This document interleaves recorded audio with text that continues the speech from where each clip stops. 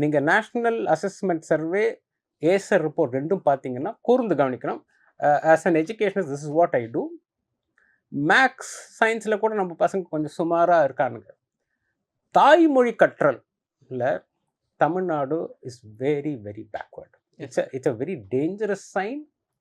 இது வேறு எந்த ஸ்டேட்லையும் நடக்கல. கர்நாடகாவில், கேரளாவில், மிச்ச எந்த இடத்துலையும் கிடையாது. As a state we have not been doing well in teaching our mother tongue properly. இது ஒரு சீரியஸான இது. இதனால் வந்து ஆஸ் அ தமிழன் ஐ ஹாவ் அ ப்ராப்ளம். ஏன்னா ஒரு ஃப்யூச்சரில் வந்து நம்மளோட மதர் டங்கை வந்து அப்ரிஷியேட் பண்ணுறதுக்கு நிறைய பேர் இருக்க மாட்டாங்க. ஏற்கனவே நம்ம லாங்குவேஜில் ஒரு சின்ன ஒரு ப்ராப்ளம் இருக்குது. அதை வந்து நம்ம நிவர்த்தி பண்ண முடியாது. தமிழ் வந்து is what we call as a diglossical language.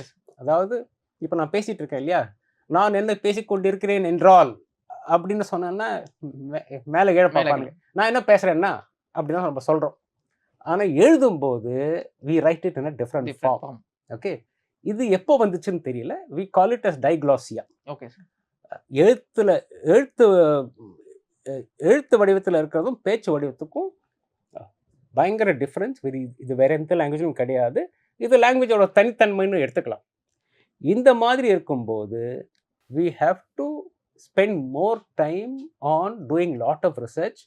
We have not put enough money on teaching of Tamil in the lower classes. அதுக்கு வந்து நிறைய இப்போ பிரிட்டிஷ் கவுன்சிலில் வந்து ஆயிரக்கணக்கான பவுண்ட்ஸ் செலவு பண்ணுறாங்க sir. Millions of pounds on they do lot of research on how to teach a language well to people from all over the world. நம்ம மக்களுக்கு தமிழை எப்படி நல்லா கற்றுக் கொடுக்கணுங்கிறதுல நிறையா பைசா போடணும். We have to spend lot more money on teaching our people our mother tongue properly.